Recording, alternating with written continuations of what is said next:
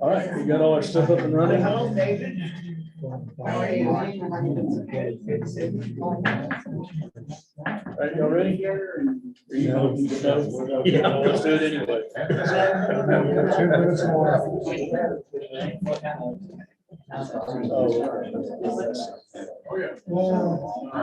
Depends on the pressure.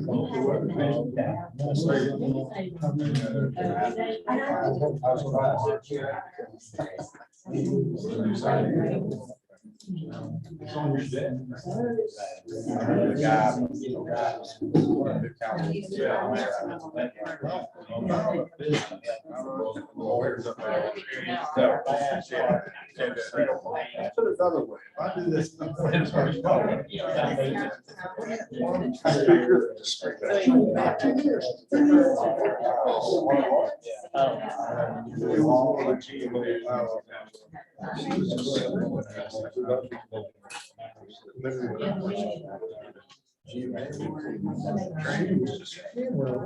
She was yelling at me, and you will not do this, and you will not.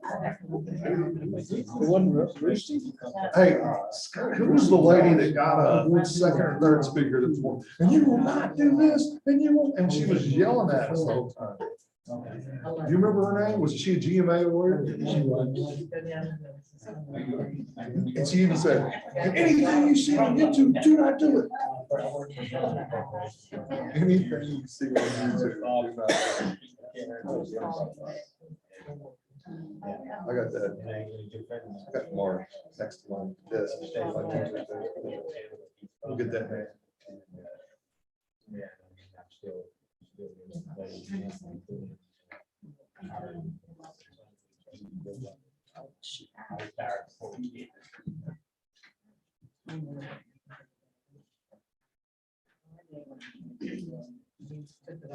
Hey, Carrie. How you doing? Yeah. This is the condensed Yeah, we version. got this dinner thing, unfortunately, Greg. Good. Over a little early. Get We want the condensed version. earlier, so we made it back. Reader's Digest. Yeah. Short version.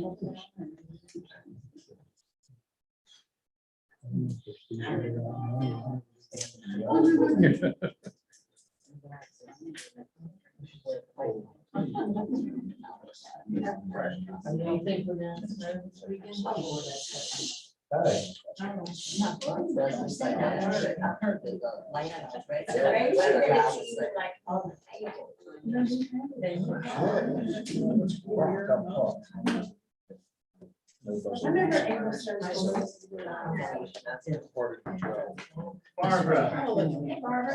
Hey, you sneak in. How you doing? All right. I'm fixing to rejoin the show. Still open. I'm gonna go ahead and call the order. The March 10th, the regular meeting of the town council of Tooele Falls for March 10th, 2022. We'll start with a moment of silence.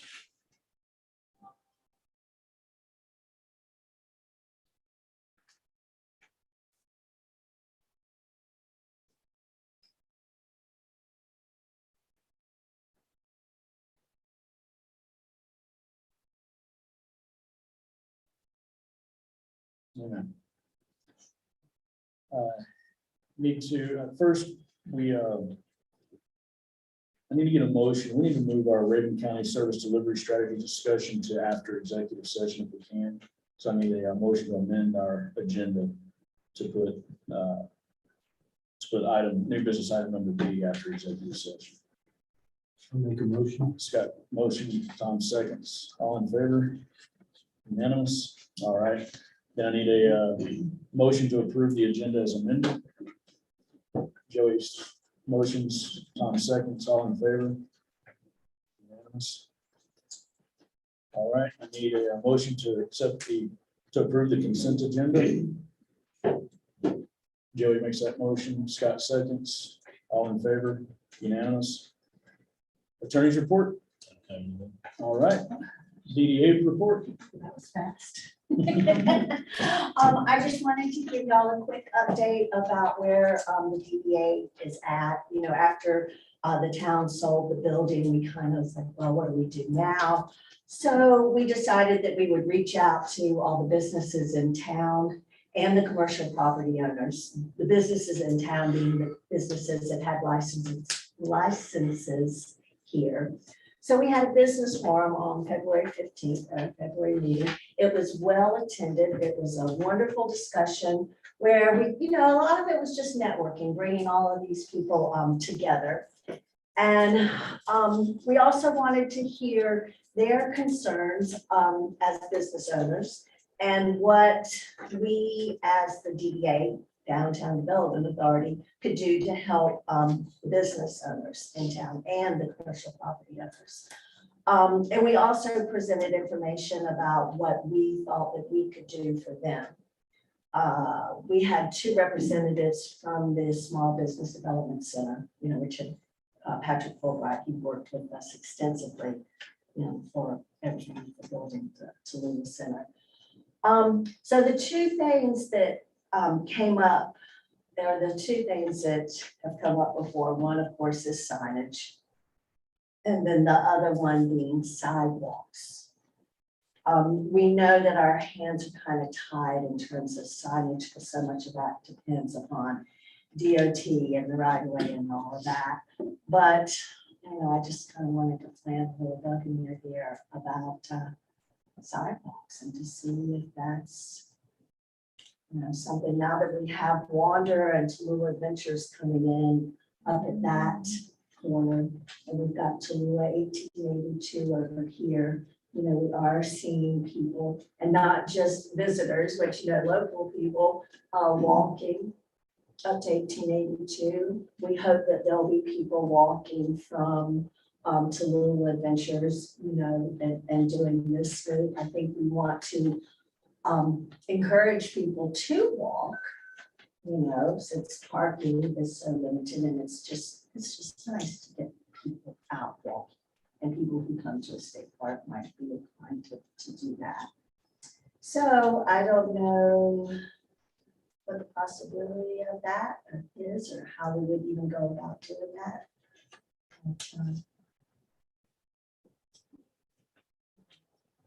That was what we heard from the business owners.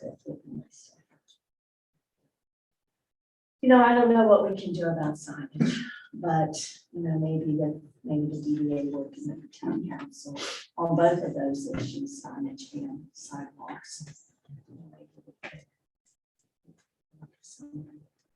But we also, so that's what our focus is going to be. How can we help, you know, the business owners in town? How can we help the prospective business owners in town? We'll probably be offering classes. The Small Business Development Center does classes, and we would be like the sponsoring organization for that. So that's something that we talked about. So that's where we're at right now.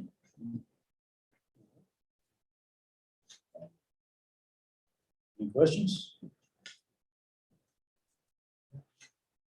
Oh, we also help facilitate getting the Tallulah Falls Business Association back going. So we have an interim coach, a chairman, and we've got all of our interim officers.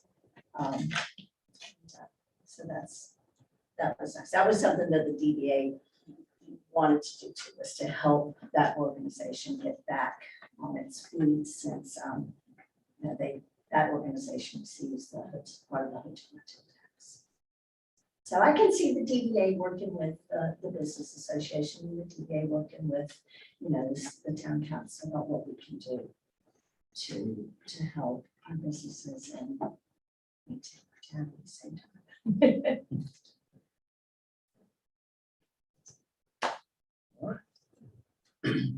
So I look forward to talking to y'all about sidewalks. Thank you. All right. You're not staying? No, unless you're gonna talk about sign.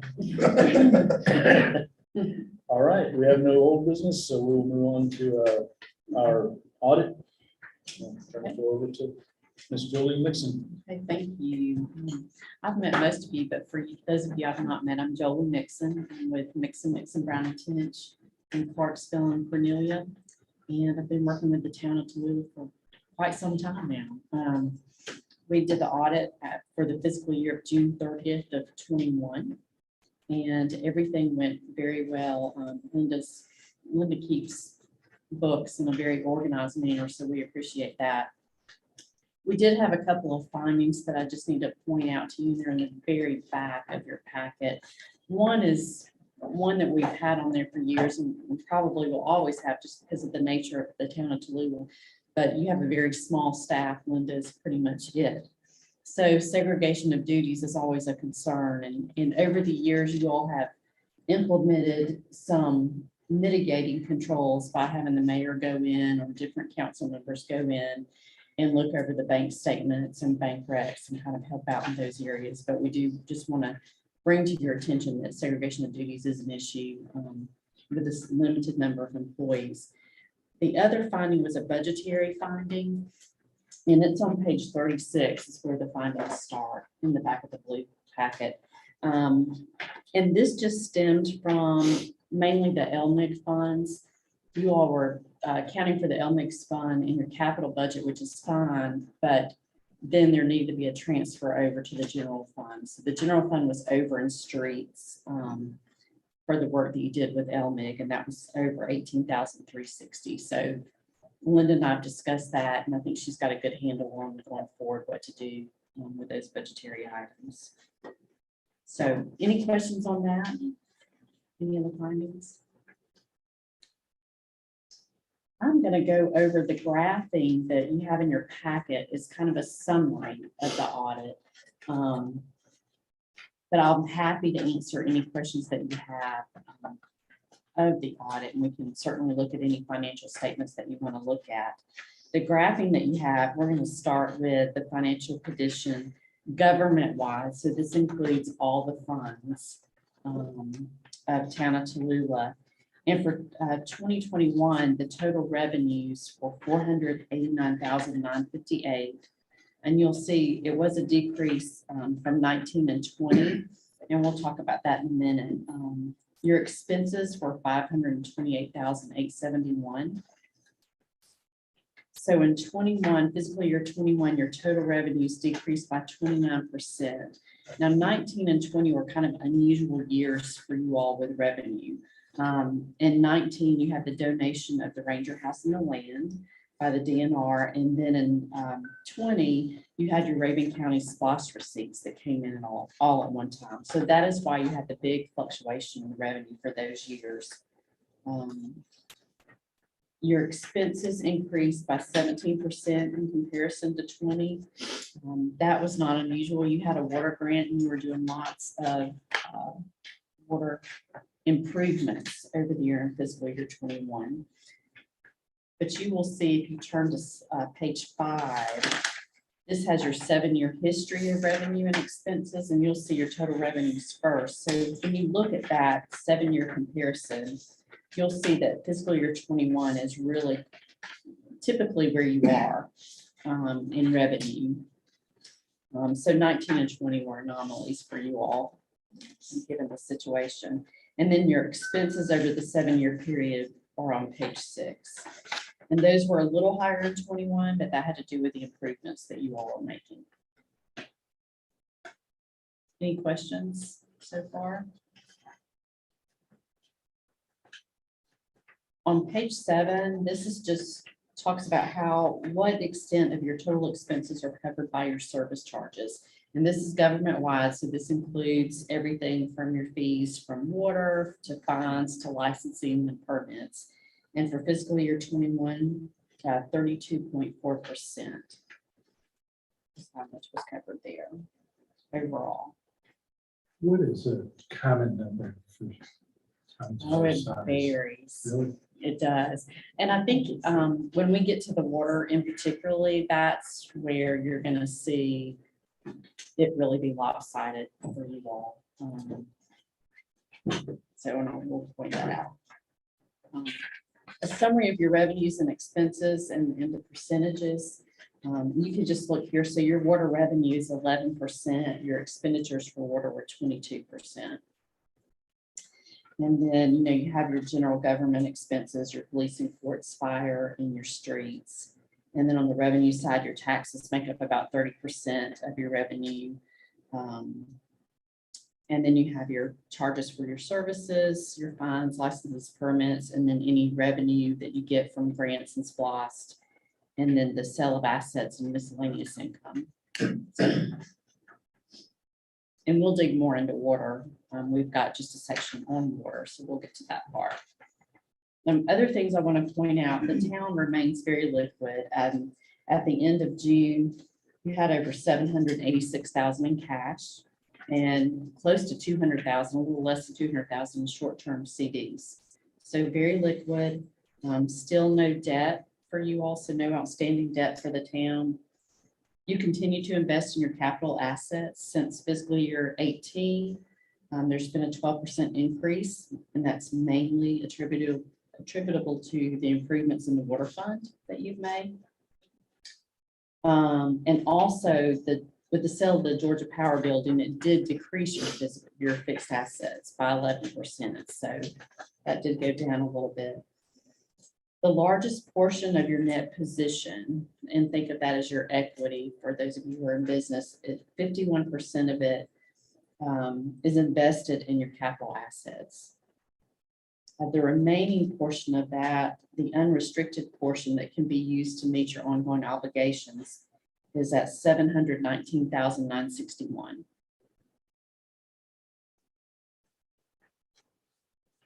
Any questions so far?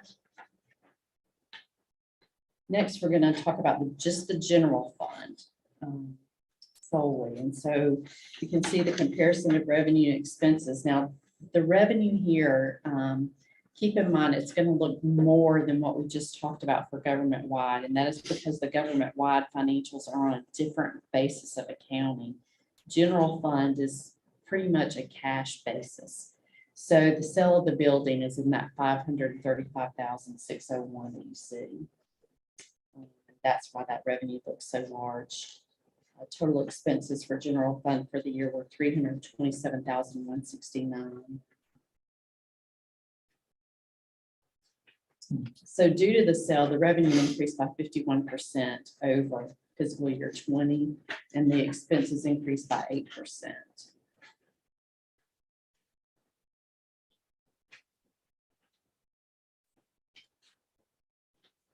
And on page 13, you've got your percentage of revenue. So your taxes of all the revenue in general fund, 34% of it is taxes.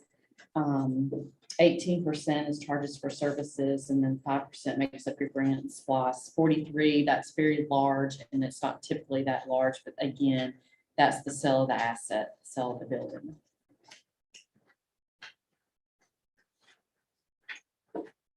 And then you've got your expense percentages on page 14. So 37% is your general government, your administration.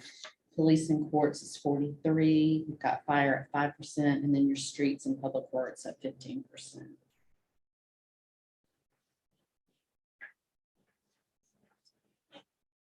For the general fund, since 2018, the property taxes have decreased by 5%, the property tax revenue. Expenses, the general administration has decreased 9%. Your police and courts have increased by 19%, and fire has increased by 18%. And your public street and works has increased by 204, and that was because you did a bunch of paving in 21. So transfers to the water fund have decreased by 79% since 2018. And in fiscal year 21, your average monthly expenses totaled $27,264 for the general fund. And given the cash that you had at the end of the year, you have close to 17 months of liquidity in the general fund, which is very good. Any questions on the general fund? Next, we're going to talk about the water fund, and the comparison of revenue and expenses here, I need to point out, is the operating revenue and expenses. So your operating revenue totaled for 21 $64,644. your expenses were 90,437. You can see the revenue, it did increase in 20 over 18 and 19. So you have steadily increased. But ever since I've been doing the audit, you all have never really covered your expenses on that side. So, and there's just, it's kind of hard to do when you've got a lot of infrastructure improvements to make. So, in fiscal year 21, your revenues did increase on the water side by 19%.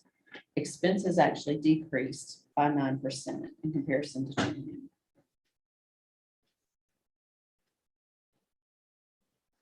And just analyzing your capital on page 19, a high ratio suggests that you are investing in your capital assets, and you're at 71%, which is higher. You all finished, I think, your Hickory Nut Mountain project in fiscal year 21. So I did increase that ratio.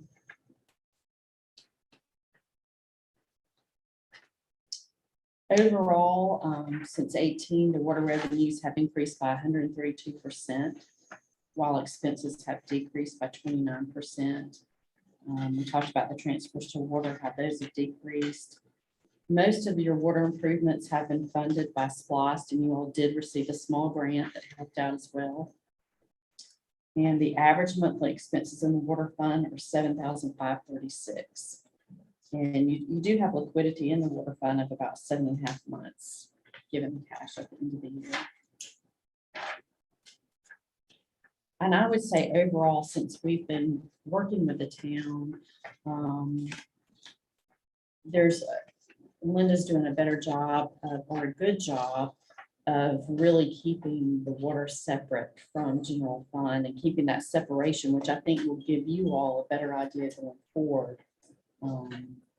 The actual expenses to account for that. And at one time you had your police chief also, he was your water guy, and so there was just a lot of you had to do that, just because of the nature of the town. But I don't know if I answered your question, but if I didn't, ask me again. Okay, Thank you. you're welcome. Are there any other questions? Okay. If you do have questions, my number is on the front of the slip. That's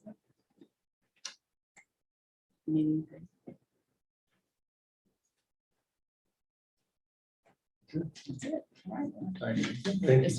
Thank you. Thank you.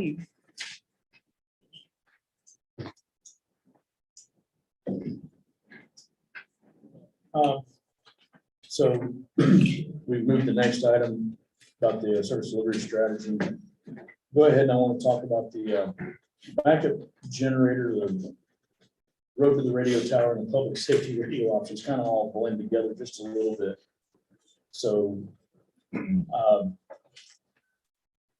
kind of give a quick history. In 1946, an easement was created for Georgia Power to place a radio tower over near Gilbert Gate Road. In 2000, at some point, the town got access to use that tower. Georgia Power basically, you can put your equipment up there. And in 2009, we got an official quitclaim deed for that easement. In that, in 2013 or 14, the county installed a new radio system. So we entered into an agreement with them saying that they could use that site for putting up a new tower and putting up their radio equipment. And that's Haversham. That was Haversham. And in the process, while they were doing that, there was a miscommunication and a generator that was running our equipment disappeared. That has now been located. And we'll talk about what y'all want to do about that. Then the county is currently looking at putting in a new radio system. It needs to grade and improve that road, that access road to get up to the tower. And that's not really written into their agreement with us, but we do have the original easement that gives us the right to grade and improve that access road and maintain it.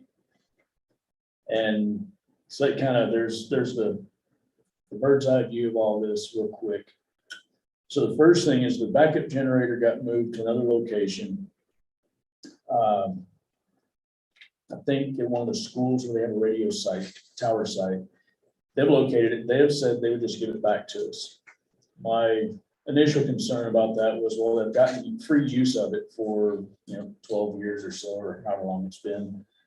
But on the converse, they've also been maintaining it the whole time, and they claim they did have to do some repair work to it to get it operational to begin with, so. Kind of need some direction from you guys, what y'all want to do. Part of the consideration is that our public safety radio system that we're gonna be putting in is our part of them putting it in, we have to buy new radios. We're looking at $4,500 per radio. And I forget what that total number is. Y'all should have a copy of that in else.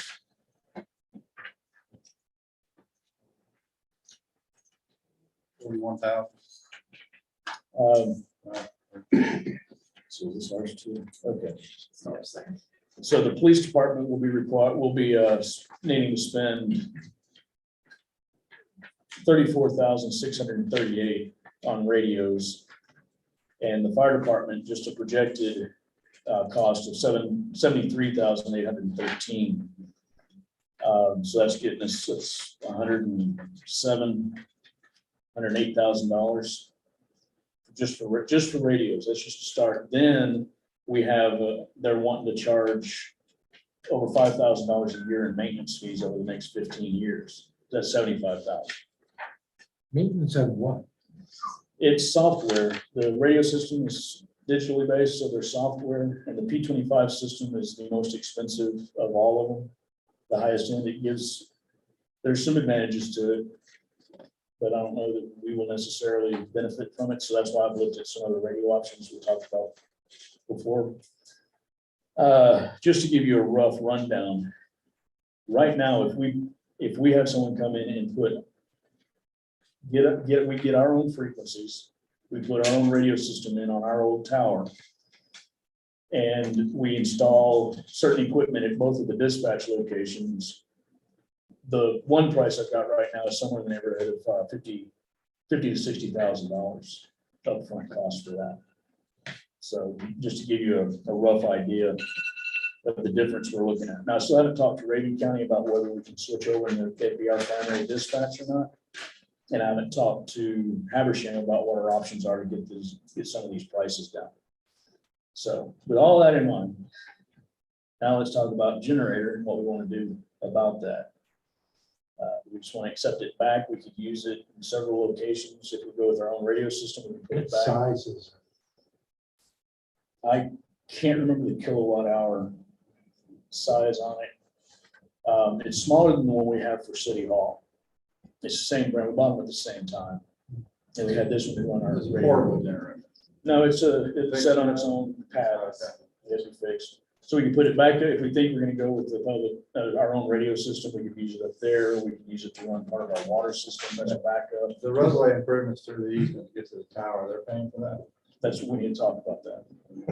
Well, that's what I was trying to see if there's any credit you could use against Yeah. the use of the generator just to offset a little bit. Yeah. Wouldn't be a lot. but No. it'd be some. Well, that's the next question. Do we want to just turn the road paving over to them and let them take care of all of that, or do we want to maintain the road for them? That's kind of what I felt like we would want to do. Yeah, I just didn't want to commit us to one thing or the other without you guys weighing in on it. So, so We they'll can take an either- even swap, they take care of the road and everything, we maintain the easement, and we get the generator back. Probably not. yeah, they're gonna let us have the generator back regardless. I know, but we don't charge them any money and they maintain the road. That's, we can turn all that over to them, let them grade it, maintain it, as long as we maintain access to the site. The county attorneys reached out to me to get a few documents related to that. He didn't talk about specific pricing or anything, but basically we put together an IGA dealing with radio service, and the way he worded it, at least in the email, was that they were going to approve the road.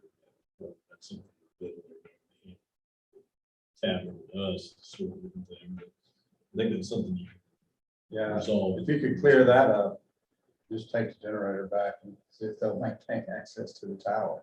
I think that's included in the cost up front, like all the work that they're doing to get all the towers. Oh, was it included in this overall cost? Yeah, they didn't realize that they might not be maintaining that road. So it's already in their budget for the overall project. But that's not in the radio cost, this radio. No, not in our Yeah, cost, no. okay, I got you. So they've already got that footage. I got you. That's good. So they've got it included in there. They're not gonna come back on us. Now, what we'll probably do is we'll either create a brand new document because Warren has a concern that the one we have doesn't have an expiration in 50 years. Right. So we'll probably create a new document that maintains the language of the existing one and then adds in Adds in that they maintain. that they maintain. That'd be perfect. Yeah. And let's get a motion to that effect. Well, let's talk about the generator Yes, first. generator. So the motion would be that we sent, well, we need a motion really, just accept the generator back. Yeah. Okay, so that's all they'll tell us, we'll take it back, we'll figure out what to do with it later. So then I just need a motion to amend our agreement with Habersham County on the radio tower. Yeah, I make a motion to amend the agreement for the radio tower with that, it had maintenance in the language. Okay. All right, Craig makes the motion, Tom seconds. Any further discussion? All right, in favor? Unanimous. All right. 2-1. And I mentioned the public safety radio options. You know, I'm still looking, I'm still talking, I'm still seeing what all we can do.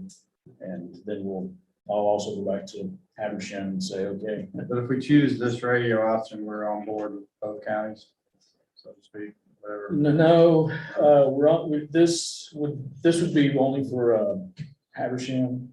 Okay. And then we'd still have to get some way to communicate with Raven County, and they are slowly converting over to a digital system. They're still testing.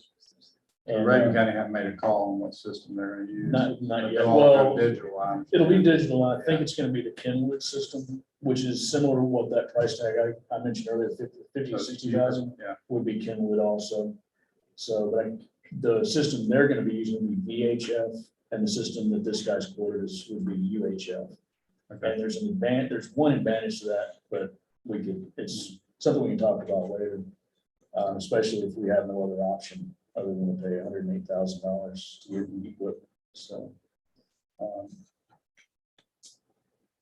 Did you want to say something about the radios? I think it requires a lot more study. Yeah. I'm pretty sure that whatever we do, they still have to communicate with us. Yeah, But it seems logical to go with Raven County. If we have the choice, but it needs a lot more research.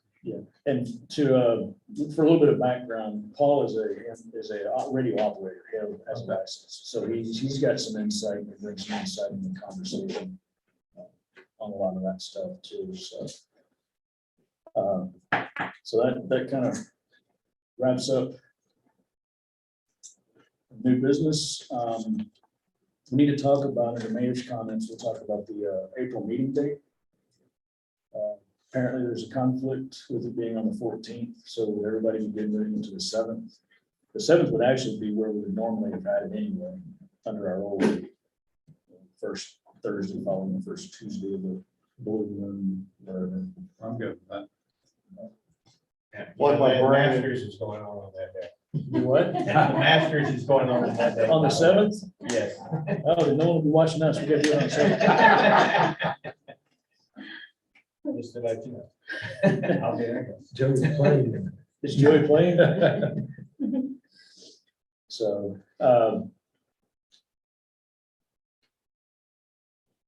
so everybody's good on moving it. Tom doesn't know yet. Yes, we're good. Well, it seems like we have at least 3 that would be available, so we have a quorum. So I need a motion to move that. Joey makes a motion. Scott seconds, all in favor, unanimous. All right.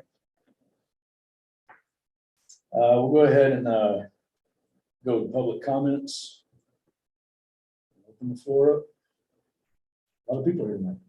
Not more than usual. David, go ahead.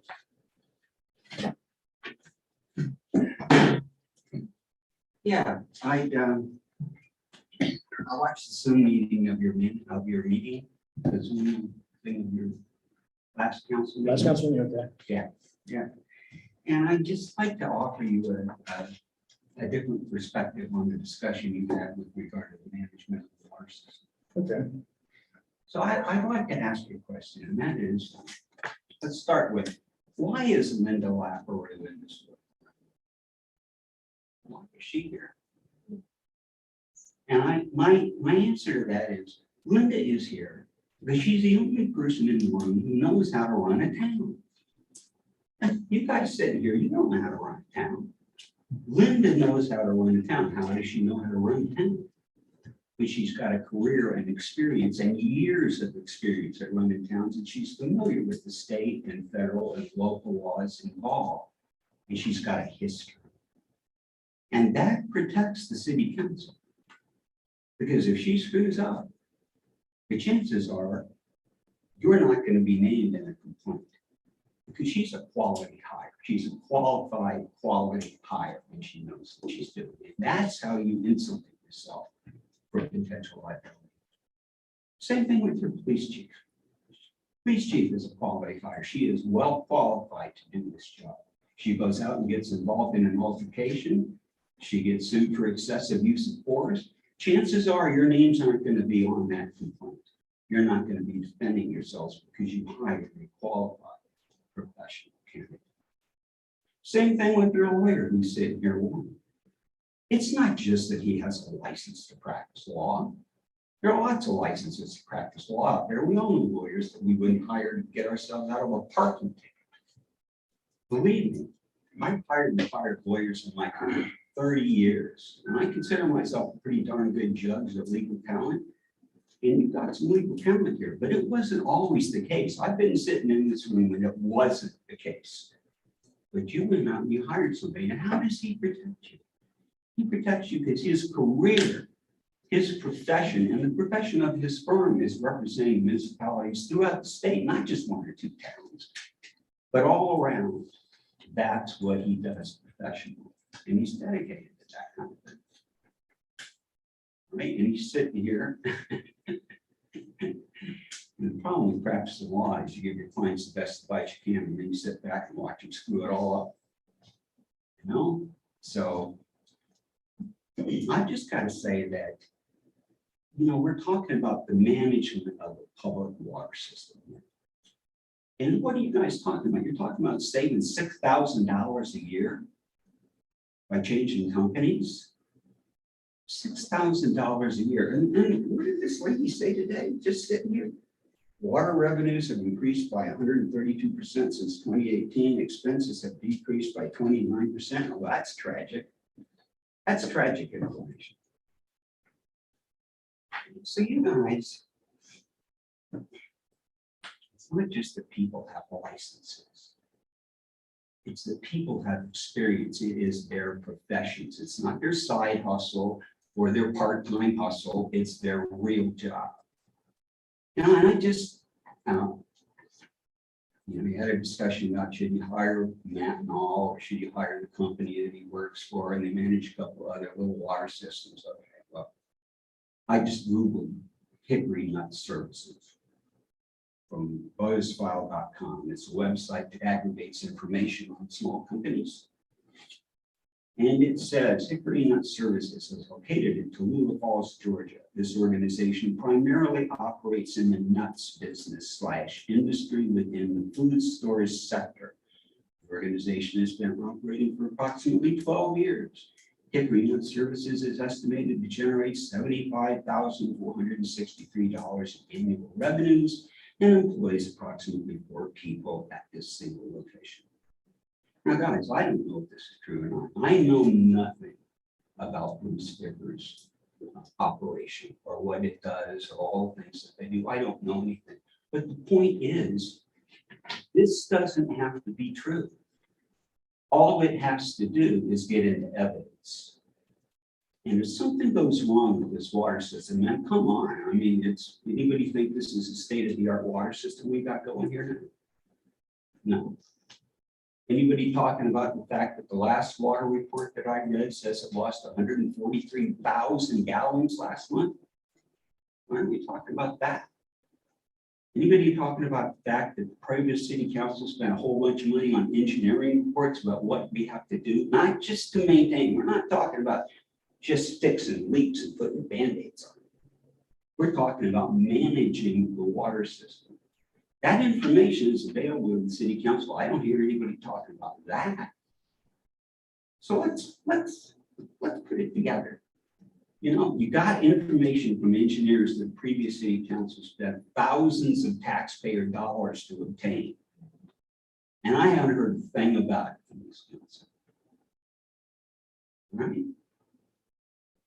You've got monthly reports from your professional management system that talk about things that need to be done, not just to maintain, but to make the system work. I don't hear anybody talking about that. You know, if you're going to be resting on the other side of this thing, you could say that if you have the information and you're ignoring it and something goes wrong, and I don't know if something's going to go wrong, guys. I don't know. I don't predict the future. If I did, I would have bought Google. You know, but it's something seems to always be going on. And I understand the motivation of hiring local talent and giving jobs to local people. I really do understand that. But really, you know, you're talking about the management of a public water system governed by a lot of federal and local laws that you guys really don't know anything about. And why should you? Because it's not your job to run the system and know all that stuff. It's your job to hire somebody who's competent and capable of doing that. And how do you protect yourself from potential exposure if something goes really wrong? You protect yourselves with that hire. That's what protects you as city council members. And that's what protects the town. So you want to use local talent? Okay, just my personal experience. So I was sitting in this room when they wanted to rebuild the sand trap or something out there that they had to rebuild. And you had a professional in here and he gave you quote $20,000 and everybody jumped up and down and yelled and screamed and said, we can do it cheaper than that with local talent. So you did, you know, and they built it wrong. And it had to be completely redone. And the city didn't save any money at all. And so you're talking about the same people who were running the system for years. Did they know the Hickory Nut tank was about to fail? No. How'd you find out about that? Well, you hired a professional organization that came in and looked it all over and said, oopsie, this is about to fail. And I guess that was an accurate assessment because the council spent a whole bunch of money replacing that tank. What had happened if that tank failed? People on Hickory Nut would have been out of water for months. It took months to replace that tank.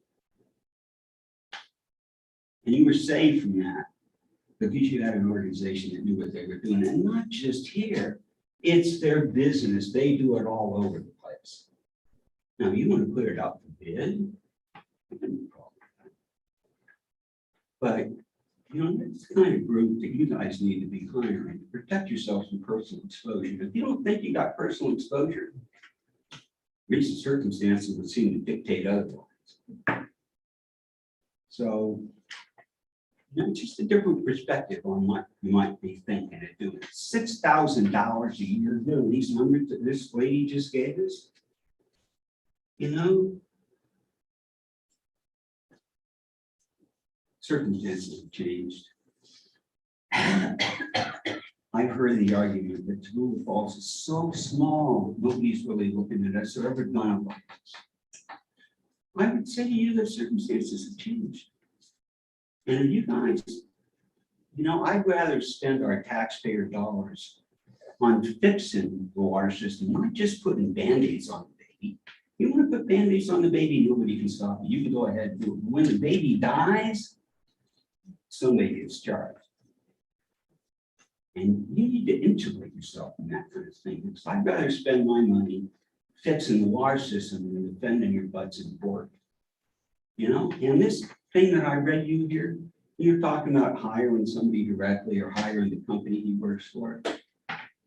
You know what a talented lawyer, if something happens and you guys get sued for negligent hiring, what a talented lawyer would do is this in a courtroom. Does it take that much imagination to figure that out? Well, if it does, let me give you my opinion. I think they pulled that description 5 ways and shove it up your collective kazooms. And you gotta think about that. You gotta think about how you protect yourselves and the town. It's a public water system. It's like the most important thing you guys do. And you're talking about saving $6,000 a month. Come on. You want to take it, fine. You want to get another company that's in the business of managing public water systems, great. No problem. But, you know, I just be thinking about it. Because I don't know what's going to happen.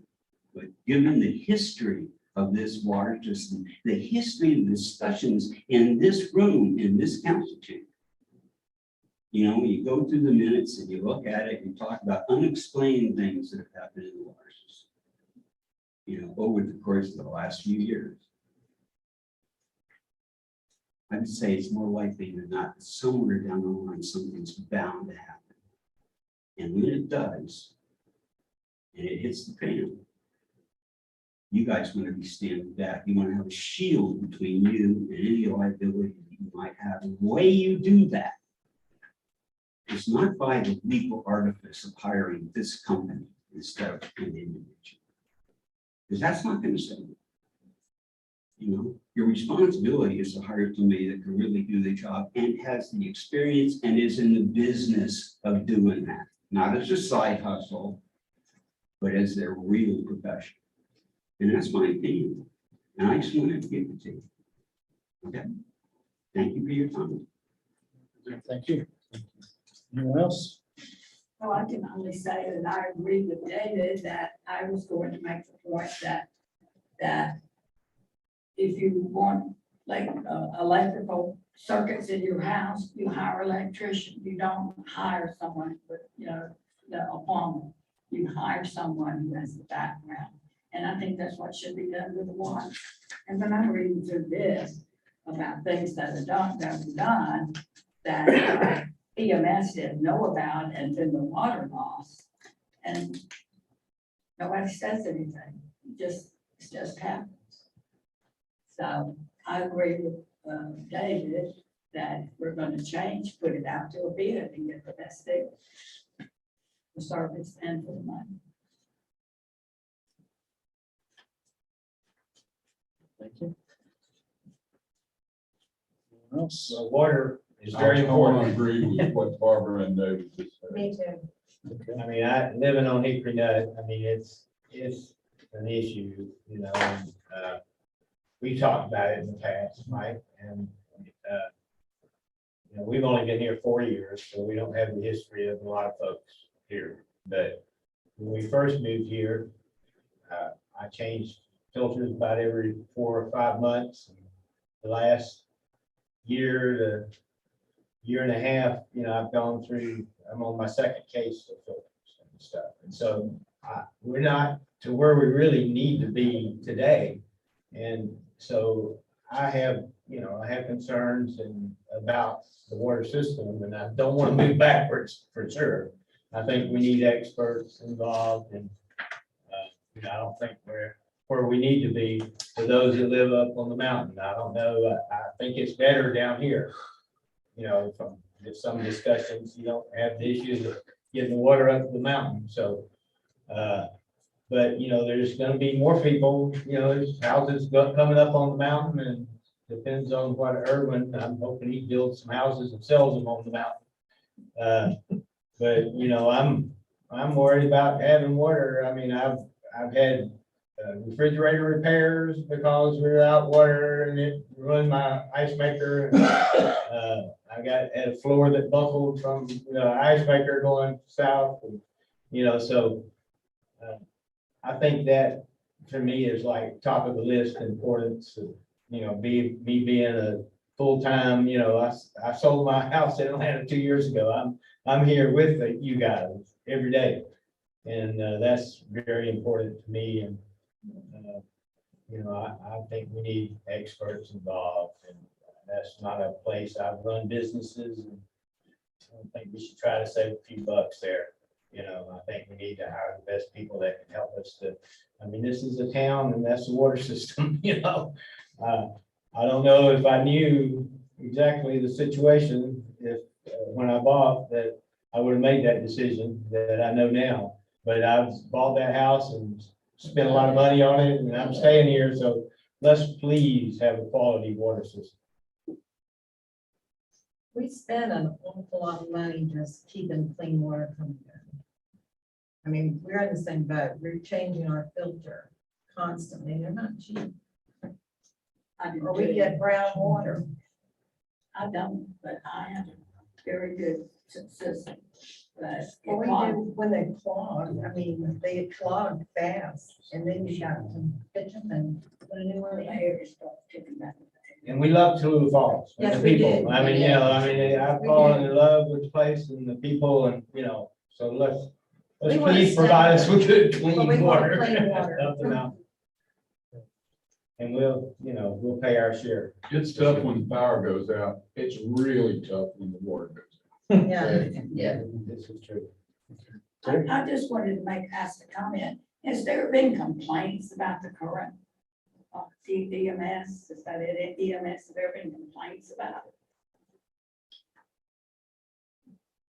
In some cases, there's some complaints that there are some issues, but Scott, were you able to finalize the meeting? Oh, yes. Okay, so Scott and I are gonna be meeting with Mike next week, partly because of that report and some false statements that are being made in. And we want to clarify some things with him, and then we do have some concerns, like the tank still hasn't been cleaned. We've been waiting for several years now for that tank to be, one of our tanks to be cleaned. We've got some, we just got a bill for repairing the water line that cost over $2,000 because they chose a new contractor to go with, and Scott didn't know that until just now. So we've got some things we need to discuss. So we will be meeting with Mike Sands next week sometime to have a conversation. Next Friday. Next Friday. So anything else you want to add? Well, I spoke with Josh Lester and Mike yesterday. I'm still in the middle of doing the due diligence necessary. Nowhere am I even close to deciding one way or the other. I had a great conversation with Mike on the phone, for the meeting with him. Josh was very helpful. When he comes up next week, we're meeting also. American Water is who EMS, and you'll see it in this report, uses for their testing. American Water is the other option out of Cleveland.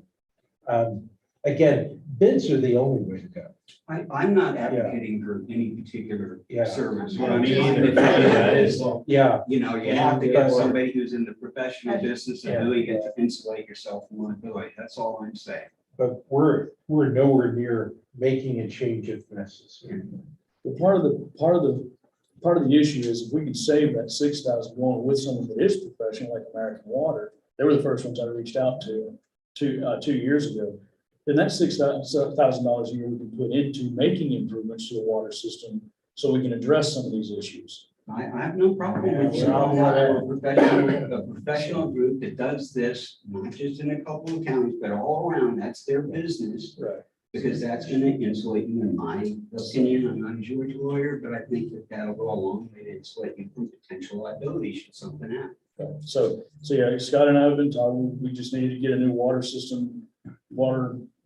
commissioner appointed and ready, and kind of bringing him up to speed. We've got a couple more meetings we need to have. And hopefully he'll be. I mean, if you're not familiar where I live, I'm on the top of Gorge View. I'm right next to that new tank. And I get, honestly, probably more junk in my water in my house than, I don't know if anyone else gets more. we can't drink our water. We haven't been able to drink it in quite some time. So I buy bottled water. I've been doing the same thing, and my son, I'm against plastics, you know, so it I- breaks me to buy bottled water. It does me also. So I believe me, I feel your pain. Yeah. And really the main reason I decided to run was because of the water. Well, good. Well, that's It's encouraging. mine. It's our hut. It is, thank you. It's our hot button. I mean, well, it's mine also because I'm not going anywhere. My family has owned that house for over 30 years. So we've been here a long time and I came from Demarest, which had wonderful water. So I never expected this. And so again, that was my motivation, if you weren't aware of it. It's- Well, welcome aboard. Okay. Glad to have you. It's gonna take a little bit of time, Well, I understand that, Yeah. that's good. I but we're just not wanna gonna be make working any to that rash end. decisions. Yeah. We need the best one to help us. Good. And again, I appreciate your comments. Thank you. Terry? Yes, one on the water again, thank you for Commissioner Green to step to the plate and looking back at all these water reports, there've been a lot of suggestions done in there, so I appreciate y'all taking the time as you move forward, deciding what's best for the town and the budget constraints that we do have. I do appreciate that and, you know, a lot of these issues that I'm hearing about tonight, I don't see in the report, so it's interesting that, like you said earlier, Mayor. The second thing on the radios, my question on that is, it's as you go through that process, I'm assuming obviously you're gonna meet with the police chief and get recommendations as far as that, and obviously the fire chief in that process, because right now, I believe Habersham is in charge of the 911. That was a decision made previously. Obviously, things improve over years and it's time to relook at things. So, you know, I'd just like to hear some input from both of those departments as you go through that process and how many radios are needed, how many for the fire department, when you're on the fire department, how many police and that kind of thing. Because there's a big ticket items, obviously. I believe Tanya was in on a lot of the radio meetings with the county already. I was on a bunch of them. I don't remember if Paul got to participate or not, but I always participated in when if Paul could to help represent the fire department as well as being there. So I could play double duty. But Paul's schedule, he wasn't always available for those. So yeah, they're represented. That's in fact that's how we got a new update because they'd overlooked the fire department release, and so I had to correct that for them. So, but yeah, as we're thinking about radios, we definitely need to have more input, and Paul can bring some special insight being a radio operator. So is the question that's being considered by the council is to have a county, whether it's Habersham or Raven, operate these and we pay a maintenance fee versus us bringing it back in-house? So, That's what we're trying to decide. The okay, option that's that- what's being researched. The option that Habersham is presenting to us is my least favorite option. It's the most expensive option over the long term. Raven County might, if we can go with them, it might fix a lot of the problems. We have it be less, maybe it's a similar situation. I don't know. I haven't had a chance to talk to them. That's what I mentioned earlier. And then going with our own radio system has its ups and downs as well, but it would be probably the, I don't know if it'd be the least expensive. Yeah. On the radios. Habersham hasn't exactly been, how do you say it, knowledgeable when it comes to the radios. And they started out with a project that cost way more than they anticipated. They told us they weren't going to charge us and they charged us more. I have a hard time believing that this new system is going to be any different. Why I think it's a good idea to examine our options. When we say in-house, we're not actually in-house, we'll be working with the county. Correct. And in the case of Raven County, considering the lesser expensive yet as good a quality, may be to our advantage as well as Raven County. So it's something we have to research. I wasn't gonna say, I am gonna say something about the water. A lot of talk about who is and who isn't professional, who should and who shouldn't. I don't think it should be left up to somebody to discourage or encourage a direction for the council. The council needs to make an example of good research. And a professional company that works somewhere in Atlanta and doesn't know our system and comes up here just to make repairs isn't necessarily as good as a local company that is familiar with the system and its history. And if memory serves me correctly, we had our issues 4 years ago, but not to the extent we have now.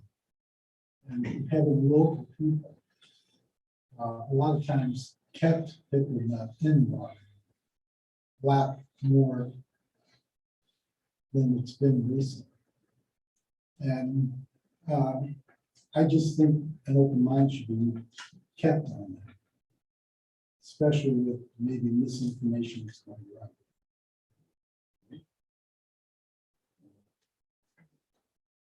Okay, we appreciate it. I want to say something about the radios, just for y'all to think about.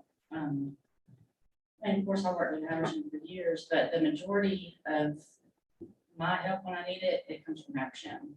I know a lot of the calls that come in go to Haversham and then they have to transfer to Raven.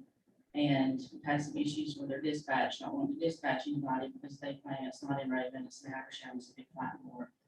Haversham doesn't fight about it, they just send them. Like I say, when I need help, the deputies are here.